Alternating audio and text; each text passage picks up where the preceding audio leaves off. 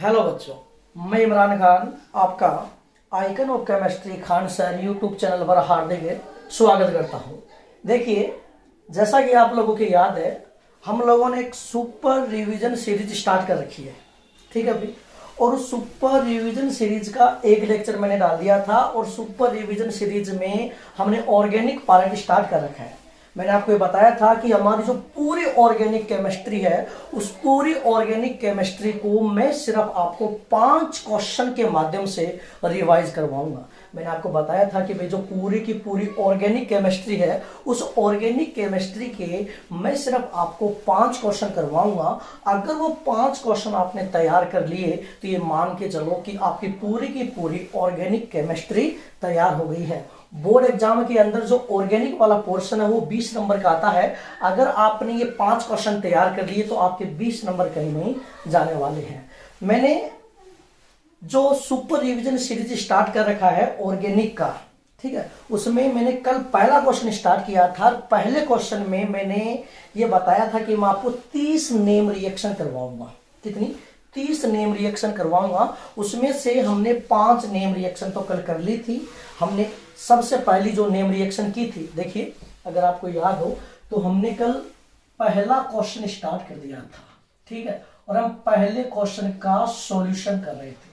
पहले क्वेश्चन का सॉल्यूशन कर रहे थे और पहला क्वेश्चन क्या था कि निम्नलिखित अभिक्रियाओं के केवल रासायनिक समीकरण लिखिए। और मैंने आपको बताया था कि ऑर्गेनिक में मैं सिर्फ आपको 30 नेम रिएक्शन करवाऊंगा। कितनी? 30 नेम रिएक्शन करवाऊंगा। उसमें से हमने कल 5 नेम रिएक्शन पढ़ ली थी।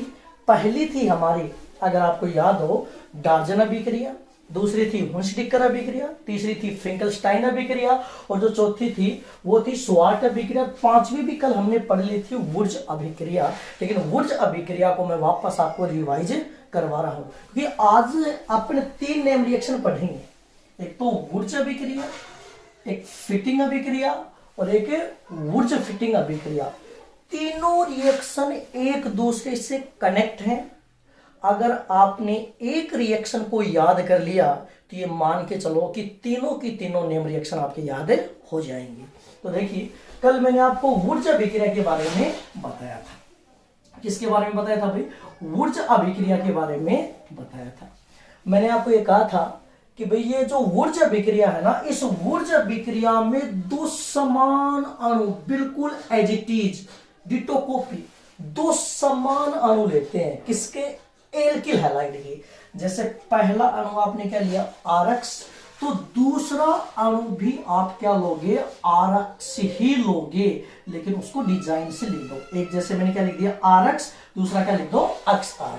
ठीक है, एल्किल हैलाइड के 2 समान अणु लेने हैं और उसकी अभिक्रिया आपको सोडियम धातु के साथ करवानी है शुष्क ईथर की उपस्थिति में। किसकी उपस्थिति में भाई? शुष्क ईथर की उपस्थिति में। तो क्या होगा?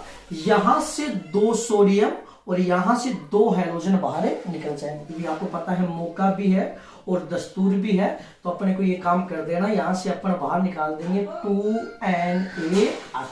अब जैसे ही 2NaX बाहर निकला तो क्या बन गया? R single bond R plus 2NaX।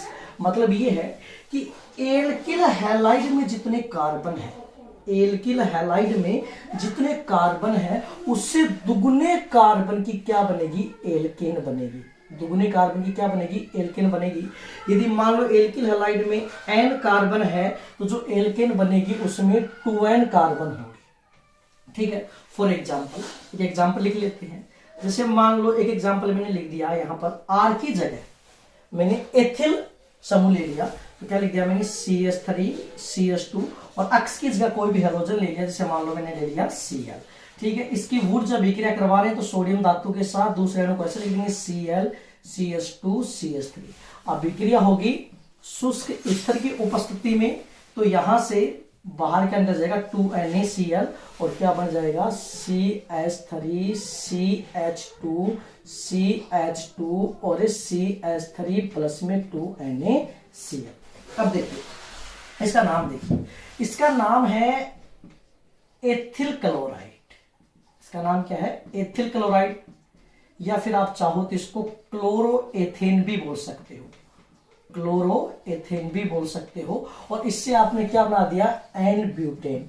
तो बोर्ड एग्जाम में डायरेक्ट आपसे ऐसा भी पूछा जा सकता है कि क्लोरोएथेन से एन ब्यूटेन प्राप्त करने वाली अभिक्रिया का नाम लिखिए। तो आपको वहां पर क्या लिखना पड़ेगा, वुर्ज अभिक्रिया। यानी आपको माइंड में की बात सेट करनी है कि वुर्ज अभिक्रिया में आपको दो समान अणु लेने हैं, और वो दोनों समान अणु आप किसके लोगे, एल्किल हैलाइड के लोगे। एक को आपने क्या लिखा RX, दूसरे को आप लिखेगा XR। अभिक्रिया सोडियम धातु के साथ शुष्क ईथर की उपस्थिति में क्या बन जाएगी, एल्केन बन जाएगी। कल मैंने आपको और भी बात बताई थी, मैंने आपको बताया था कि वुर्ज अभिक्रिया से आप क्या नहीं बना सकते, वुर्ज अभिक्रिया से आप एक कार्बन की एल्केन बोले तो मेथेन को नहीं बना सकते, क्योंकि इसमें कम से कम जो एल्केन बनेगी उसमें न्यूनतम 2 कार्बन होंगे। तो आप एक कार्बन की एल्केन यानी मेथेन इस अभिक्रिया से नहीं बना सकते। फिर कल किसी बच्चे ने पूछा था कि सर ये अभिक्रिया शुष्क ईथर की उपस्थिति में ही क्यों होती है, उसका भी मैंने कारण बताया था।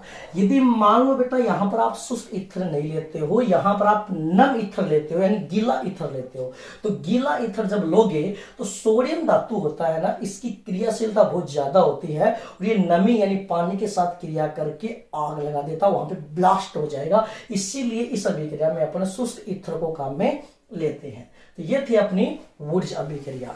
एक बात और मैंने आपको बताई थी वुर्ज अभिक्रिया में, वो बहुत ही शानदार बात है, बोर्ड एग्जाम में उस बात के ऊपर बहुत ही गजब का क्वेश्चन तैयार किया जाता है। मैंने आपको बताया था कि भाई वुर्ज अभिक्रिया से आप मेथेन नहीं बना सकते, बहुत अच्छी बात है। वुर्ज अभिक्रिया शुष्क ईथर की उपस्थिति में होती है, ये भी बहुत अच्छी बात है। वुर्ज अभिक्रिया से हमेशा अपन सम कार्बन की एल्केन ही बनाते हैं, ये भी बहुत अच्छी बात है। मैंने आपको बताया था कि वुर्ज अभिक्रिया में दोनों अणु क्या लेते हैं, समान लेते हैं। बाई चांस यदि आप वुर्ज अभिक्रिया में दोनों अणु क्या ले लोगे, असमान ले लोगे, तो आपको एक उत्पाद नहीं मिलेगा, उत्पादों का मिश्रण मिलेगा, 3 एल्केनों का मिश्रण प्राप्त होगा। जैसे एक क्वेश्चन मैंने करवाया था, अगर आपको याद हो, जैसे मान लो एक क्वेश्चन कर लेते हैं अपन, मान लो एक आपने क्या ले लिया RX, ठीक है, और दूसरा आपने ले लिया R-X। इसका मतलब क्या है, आपने जो 2 एल्किल हैलाइड के अणु लिए हैं वो दोनों समान नहीं लिए, दोनों अलग अलग लिए हैं, और अभिक्रिया आप करवा रहे हो सोडियम धातु के साथ और शुष्क ईथर की उपस्थिति में।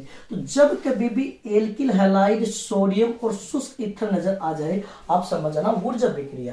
लेकिन यहाँ पे प्रॉब्लम ये है कि यहाँ पर दोनों एल्किल हैलाइड के अणु क्या है, असमान है। अगर दोनों एल्किल हैलाइड के अणु असमान होते हैं तो आपको 3 एल्केनों का मिक्सर प्राप्त होता, मिश्रण प्राप्त होता है।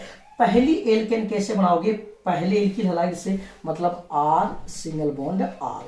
दूसरी एल्केन कैसे बनाओगे, दूसरे एल्किल हैलाइड से, बोले तो R- सिंगल बॉन्ड R-। और तीसरी एल्केन कैसे बनाओगे, दोनों के मिक्सर से, यानी एक तो आप क्या काम में लोगे R और दूसरा आप क्या काम में लोगे R-। इस प्रकार से आपको ये 3 उत्पाद बना देने हैं। तो ये तो गई अपनी वुर्ज अभिक्रिया, ठीक है। उसके बाद में अपन बात करते हैं किसकी, फिटिंग अभिक्रिया की। ये मान लो जिस बच्चे को वुर्ज अभिक्रिया याद है ना, तो उस बच्चे को ये मान के चलो कि फिटिंग अभिक्रिया भी याद है। दोनों में सिर्फ थोड़ा सा ही फर्क है। वुर्ज अभिक्रिया में 2 समान अणु लेते हैं, लेकिन वो दोनों समान अणु एल्किल हैलाइड के लेते हैं, ठीक है। फिटिंग अभिक्रिया में भी 2 समान अणु लेने हैं वो, लेकिन वो दोनों समान अणु आपको एल्किल हैलाइड के काम में नहीं लेने हैं, एरिल हैलाइड के काम में लेने हैं। तो अगर आप 2 समान अणु एरिल हैलाइड के काम में लोगे, कैसे, जैसे मान लो पहला एरिल हैलाइड का अणु मैंने ये लिख दिया, एरिल हैलाइड आपको लिखना आता है बेंजीन, और उसके ऊपर आप क्या लगाते हो X, ठीक है। और दूसरे को आप कैसे लिखोगे X, और इधर क्या लिख दोगे बेंजीन, बहुत अच्छी बात है, ठीक है। अब अभिक्रिया वही सोडियम धातु के साथ करवानी है और शुष्क ईथर की उपस्थिति में, शुष्क ईथर की उपस्थिति में। तो देखो यहां पर सोडियम, यहां पे कौन है, हैलोजन, तो यहां से बाहर क्या निकल जाएगा 2NaX। तो क्या हो जाएगा, ये जो फेनिल समूह बच गया, पीछे फेनिल समूह तो बचा है, ये दूसरे फेनिल समूह से डायरेक्ट अटैच हो जाएगा, जुड़ जाएगा, और प्लस में क्या निकल जाएगा 2NaX। तो ये क्या बन गई, बाईफेनिल, क्या बन गई भी, बाईफेनिल बन गई। तो आपने क्या किया, एरिल हैलाइड से, आपने क्या किया, एरिल हैलाइड से क्या प्राप्त कर लिया, बाइफिनिल। ये भी बोर्ड एग्जाम की बहुत ही फेवरेट रिएक्शन है। डायरेक्ट पूछ लेते हैं, देखिए डायरेक्ट नेम रिएक्शन वैसे नहीं पूछेगा आपसे, ऐसे पूछेगा कि एरिल हैलाइड को बाइफेनिल में प्राप्त करने वाली अभिक्रिया का नाम लिखिए, तो वहां पर आपके लिखोगे फिटिंग अभिक्रिया। इसका आप चाहो तो क्या एग्जाम्पल भी लिख सकते हो। एग्जाम्पल लिखना तो इसका तो बहुत आसान है। इसका एग्जाम्पल आप कैसे लिखोगे, बहुत आसान है। सबसे पहले आप क्या बना लोगे, बेंजीन। सबसे पहले आप क्या बना लोगे, बेंजीन। अब अक्स की जगह ज्यादातर आपने क्या लेते हैं, सी एल लेते हैं, प्लस आपने क्या लिख दिया 2Na और प्लस में क्या लिख दिया Cl और बेंजीन। ठीक है, अब एक वही शुष्क ईथर की उपस्थिति में यहां से बाहर क्या निकल जाएगा 2NaCl और वही क्या बन जाएगा यहाँ पे प्रोडक्ट, और प्लस में क्या निकल जाएगा 2NaCl। तो यहाँ पर भी क्या बनेगा, बाइफेनिल। तो कई बार एग्जाम में डायरेक्ट पूछ लेंगे कि भाई क्लोरोबेंजीन को, किसको, क्लोरोबेंजीन को बाइफेनिल में परिवर्तित करने वाली अभिक्रिया का नाम लिखिए, तो क्या हो जाएगा भाई, फिटिंग अभिक्रिया। ठीक है, तो ये हो गई आपकी वुड्स अभिक्रिया, ये हो गई आपकी फिटिंग अभिक्रिया। इसके बाद में क्या है, वुड्स फिटिंग अभिक्रिया। देखो इसमें वुड्स नाम भी आ रहा है और फिटिंग नाम भी आ रहा है। अगर अकेला वुड्स होता तो दो अणु लेते एल्किल हैलाइड के, अगर अकेला फिटिंग होता तो दो अणु लेते एरिल हैलाइड के। अब इसमें वुड्स भी आ रहा है और फिटिंग भी आ रहा है, तो अपन एक अणु तो लेंगे एल्किल हैलाइड का और दूसरा अणु अपन लेंगे एरिल हैलाइड का। तो अभिक्रिया कौन सी हो जाएगी, वुड्स फिटिंग। जैसे मान लो एक तो आपने क्या ले लिया RX, एक तो आपने क्या ले लिया RX ले लिया। ठीक है भाई, एक तो आपने क्या ले लिया RX ले लिया, एल्किल हैलाइड। अभिक्रिया वही सोडियम धातु के साथ बैलेंस करने के लिए मैंने 2Na डायरेक्ट लिख दिया है, और दूसरा अणु आप लोगे एरिल हैलाइड का, बोले तो ऑक्सीबेंजीन। अभिक्रिया वही किसकी उपस्थिति में, शुष्क ईथर की उपस्थिति में होगी। ठीक, तो यहां से बाहर क्या निकल जाएगा 2NaX और क्या बन जाएगा एल्किल बेंजीन। क्या बन जाएगा अभी, एल्किल बेंजीन। ठीक, तो ये क्या बन गया अभी, एल्किल बेंजीन। इसका आप चाहो तो कि एग्जाम्पल लिख सकते हो। एग्जाम्पल ऐसे लिख सकते हो, जैसे मान लो एक तो आपने ले लिया CH3Cl प्लस अभिक्रिया वही सोडियम धातु के साथ ही है, और प्लस में आपने क्या ले लिया, क्लोरोबेंजीन। क्या ले लिया, क्लोरोबेंजीन। ठीक है, इस बात का यहां पर ध्यान रखें कि एल्किल हैलाइड में जो हैलोजन होगा ना, वही हैलोजन एरिल हैलाइड में होना चाहिए। ठीक है, अभिक्रिया वही ड्राई ईथर की उपस्थिति में, तो यहां से बाहर क्या निकल जाएगा अभी 2NaCl, और जैसे 2NaCl बाहर निकला तो ये CH3 और क्या आ गया, बेंजीन। इसको आप मेथिल बेंजीन भी बोल सकते हो। ये इसका एक फेमस नाम है टोलुइन, इसका फेमस नाम है क्या, टोलुइन। तो ये क्वेश्चन भी कई बार पूछा गया है कि मेथिल क्लोराइड को, किसको, मेथिल क्लोराइड को टोलुइन में परिवर्तित करने वाली अभिक्रिया का नाम लिखिए। बच्चे बहुत बार भूल जाते हैं वुड्स फिटिंग अभिक्रिया, या क्लोरोबेंजीन को टोलुइन में परिवर्तित करने वाली अभिक्रिया का नाम लिखिए, तो भी बच्चे कई बार भूल जाते हैं। याद रखना वुड्स फिटिंग अभिक्रिया। तो देखिए मैंने तो एक ही बात समझाई आपको कि बेटा अपन ऑर्गेनिक केमिस्ट्री को रिवाइज कर रहे हैं, और ऑर्गेनिक केमिस्ट्री में मैंने कहा था 5 क्वेश्चन करवाऊंगा, और मैंने पहला क्वेश्चन स्टार्ट कर रखा है। अपन पहले क्वेश्चन का ही सॉल्यूशन देख रहे हैं, पहले क्वेश्चन का ही सॉल्यूशन देख रहे हैं। पहला क्वेश्चन अपना ये था कि ऑर्गेनिक में जितनी भी नियम रिएक्शन है ना, उनको अपन एक साथ डिस्कस कर रहे हैं। क्वेश्चन ये था कि निम्नलिखित अभिक्रियाओं के केवल रासायनिक समीकरण लिखिए। तो मैंने डार्जन अभिक्रिया, मोज़ेडिकर अभिक्रिया, फिंकलस्टाइन अभिक्रिया, स्वार्ट अभिक्रिया कल मैंने आपको बता दी थी, और वुड्स अभिक्रिया भी मैंने आपको कल बता दी थी। हालांकि वुड्स मैंने आज दोबारा बता दिया है। तो आज हमने वुड्स अभिक्रिया, वुड्स अभिक्रिया, फिटिंग अभिक्रिया और वुड्स फिटिंग अभिक्रिया डिस्कस की है। कल अपन 3-4 नेम रिएक्शन को डिस्कस कर लेंगे। Thank you very much. Video अगर अच्छा लगा है तो लाइक, कमेंट और शेयर जरूर करें।